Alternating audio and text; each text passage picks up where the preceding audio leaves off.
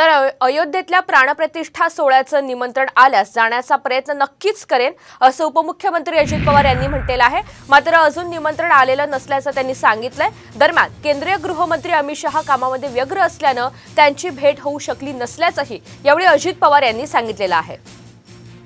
तर अयोध्येतल्या प्राणप्रतिष्ठा सोहळ्याचं निमंत्रण आल्यास जाण्याचा प्रयत्न नक्कीच करेन असं आता उपमुख्यमंत्री अजित पवार यांनी म्हटलंय। मात्र अजून निमंत्रण आलं नसल्याचंही त्यांनी सांगितलेलं आहे।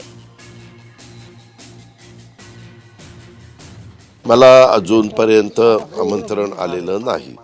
आलं तर जायचा जरूर मी विचार करीन, कारण आपण कुठेही मंदिर, आता सकाळी मी आलो तिथं आपलं श्रीमंत दगडूशेठ हलवाईचं मंदिर आहे। आपण तिथं गेलो, दर्शन घेतलं, दर्शन घेऊन कामाला लागलो। ही आपली पद्धत आहे, ही आपली परंपरा आहे। आपण कुठेही गेलो तरी मी तरी सर्व धर्म समभाव मानणारा कार्यकर्ता आहे।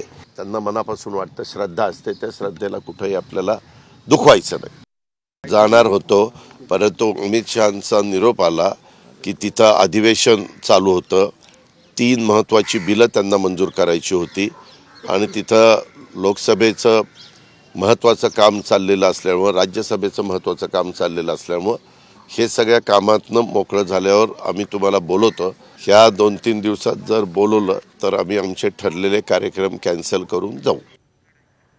आणि आता बातमी मराठा आरक्षणासंदर्भातील आहे। कुणी काय मागणी करावी हा ज्याचा त्याचा प्रश्न आहे, पण सरकारला नियमामध्ये आणि कायद्याच्या चौकटीमध्ये बसेल त्याच गोष्टी कराव्या लागतात अशा शब्दामध्ये अजित पवार यांनी जरांगे यांच्या अल्टिमेटमवर प्रतिक्रिया दिली। तर सरकार टिकणारं आरक्षण देण्याचा प्रयत्न करत आहे, त्यामुळे विलंब लागतोय असंही अजित पवार यांचं म्हणणं आहे।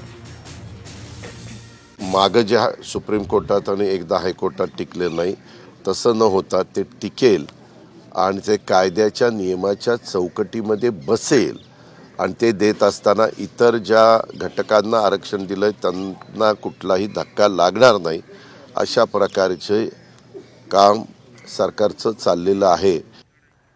उपमुख्यमंत्री आणि पुण्याचे पालकमंत्री अजित पवार यांनी आज फुलेवाड्याला भेट दिली आणि तिथल्या कामांची सविस्तर पाहणी केलेली आहे। आणि यावेळी फुलेवाड्यातल्या चेंबरमुळे अजित पवार पालिका आयुक्तांवर संतापलेले होते। चेंबर काढून त्या जागी सलग फरशी बसवण्याचे आदेश यावेळी अजित पवार यांनी दिलेले आहेत।